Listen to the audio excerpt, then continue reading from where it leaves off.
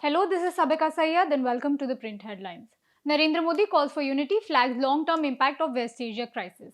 Addressing the Lok Sabha Budget Session, PM Modi said India's position remains firmly in favor of de-escalation through dialogue and diplomacy. He warned that the impact of the ongoing war will be long-lasting and urged the country to remain prepared and united. The Prime Minister also cautioned that disruptive elements could exploit the situation, stressing the need for strict law and order vigilance. He further called for Parliament to send a united and strong message on the crisis. Modi highlights energy preparedness, pushes ethanol blending and EVs. Modi said India currently has 53 lakh metric tons of strategic petroleum reserves to cushion supply shocks. He highlighted that ethanol blending has already reduced crude imports by 4.5 crore barrels. The Prime Minister stressed the need to accelerate the transition to electric mobility to reduce dependence on fossil fuels. These measures, he said, are key to insulating India from global energy volatility. Corporate Laws Amendment Bill 2026 introduced in Lok Sabha. Finance Minister Nirmala Sitharaman introduced the Corporate Laws Amendment Bill 2026 in the Lok Sabha today. The bill proposes changes to the Companies Act 2013 and the LLP Act 2008 to improve regulatory frameworks. The House passed a motion to refer it to a joint parliamentary committee for detailed scrutiny. Supreme Court disposes plea in Sonum Wangchuk detention case. The Supreme Court of India today dismissed the plea filed by Wangchuk's wife challenging his detention under the NSA. The bench noted that the centre had already revoked the detention order on March 14. It said there was nothing left to adjudicate in the case. The court had earlier asked the government to reconsider the detention citing health concerns. Ramesh Chennithala alleges deal between Pinarayi Vijayan, Modi and Amit Shah. Chennithala alleged a political understanding between the CPIM and BJP aimed at defeating the Congress-led UDF. He pointed to candidate selections in Etamanur and Palakkad as evidence of coordination. Speaking in Kochi, he claimed Vijayan was indirectly helping the BJP win seats. The allegation comes ahead of the upcoming Kerala Assembly elections. Nandanda Golasa joins Congress after BJP denies ticket. Golasa resigned from the BJP and her ministerial post after being denied a ticket. She joined Congress ahead of the Assam Assembly elections scheduled for April 9. The party says she will be fielded from the Haflong constituency. Her switch is seen as politically significant in the state. Vijay announces TVK candidates for Puducheri polls.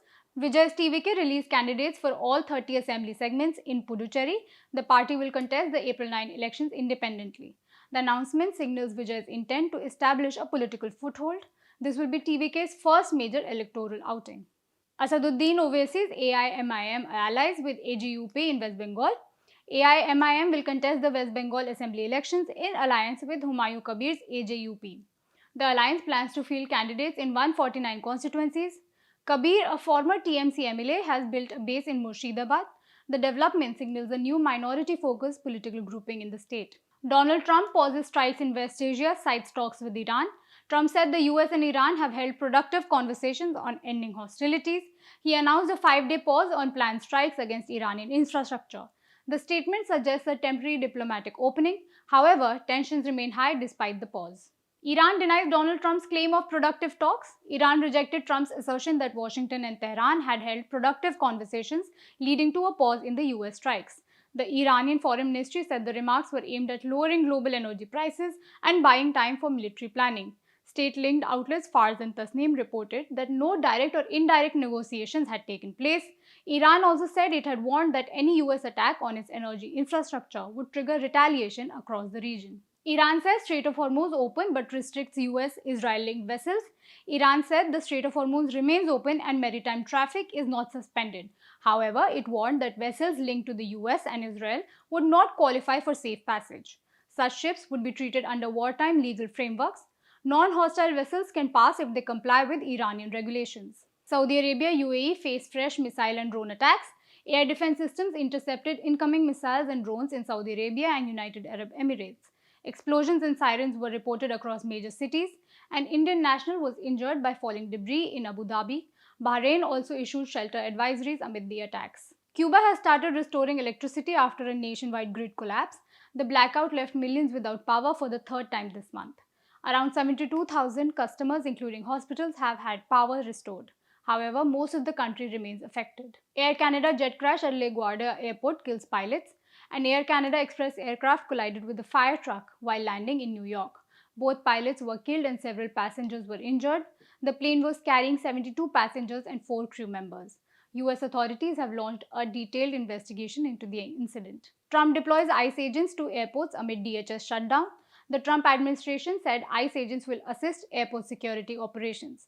The move comes amid long queues caused by a partial Department of Homeland Security shutdown. Critics, including TSA unions, have opposed the decision. They argue trained personnel are being replaced by armed agents. Indian LPG tankers move to cross Strait of Hormuz. Two Indian-flagged LPG tankers, Pine Gas and Jagvasant, have begun their journey through the strait. They were seen near Iran's Larak and Kashim Islands before crossing. The ships are among 22 Indian vessels stranded due to the conflict. The strait remains a critical global oil transit route.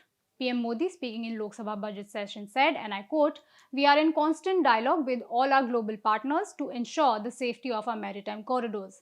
As a result of such efforts, many of our ships stranded in the Strait of Hormuz have recently returned to India." Markets fall, oil rises amid escalating tensions. Global markets declined as geopolitical tensions intensified. Japan's Nikkei fell 3.5% and London's FTSE 100 dropped 1.9%. Meanwhile, Brent crude prices rose by 1%. The volatility reflects fears of prolonged disruption in energy supplies. International Energy Agency warns of major global economic threat. IEA chief Fateh Birol warned the world faces a major threat from the crisis. He said no country would remain immune if the situation worsens. The impact could surpass the oil shocks of the 1970s and the Russia-Ukraine war. Energy markets are already under severe stress. Elon Musk faces probe over deepfake controversy. French prosecutors suspect Musk may have amplified deepfake controversies on X to boost company value. Authorities last month summoned him and searched local offices of the platform. The controversy centers around Grok AI generating explicit deepfake images. Officials say the episode may have been used to inflate X and XAI valuations. US court dismisses lawsuit against Sam Altman. A US federal judge dismissed a lawsuit filed by Altman's sister, alleging sexual abuse decades ago.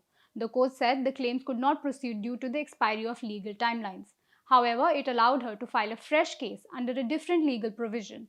The judge also noted Altman may pursue defamation claims. That's all we have for you today. We'll be back tomorrow with the latest.